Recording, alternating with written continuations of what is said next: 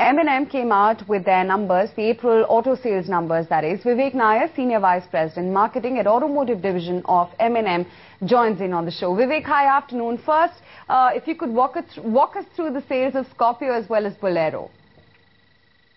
Well, as you know, Aisha, we don't give a breakup at the brand level, but let me tell you overall sales.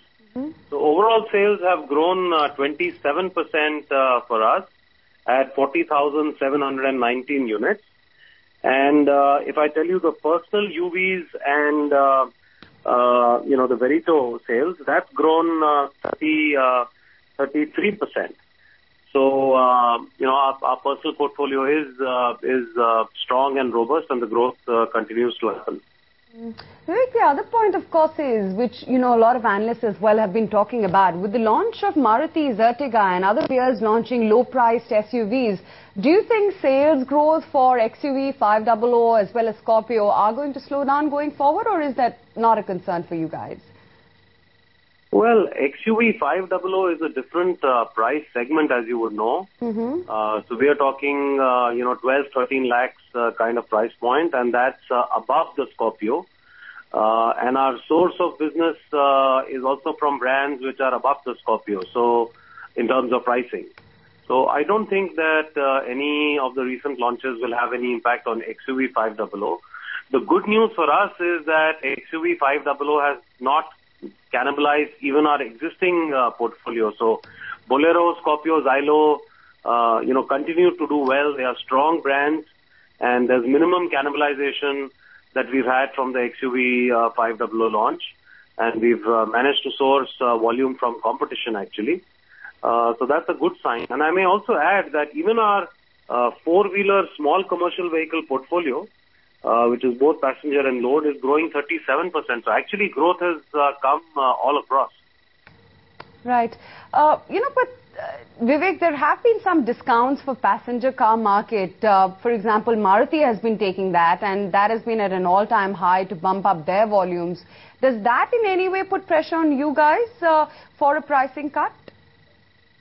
No, we have not done anything unusual in terms of discounts. We've just had the usual, promotions and pricing. There's nothing unusual that we've had to do because our demand remains robust and the brand portfolio is strong.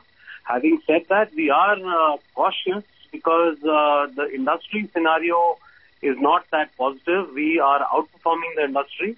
And we are hearing at the same time some signals that, for example, fuel prices may go up and so on. So those obviously will not be very positive for the industry. So, we are cautiously optimistic is what I would say.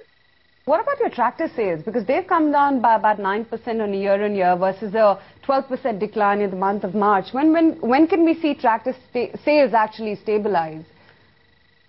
Well, tractor industry, as you know, for the last few months has been under pressure, and this is a result of that. And that's because of, certain crop prices, not being strong, certain yield issues in certain states.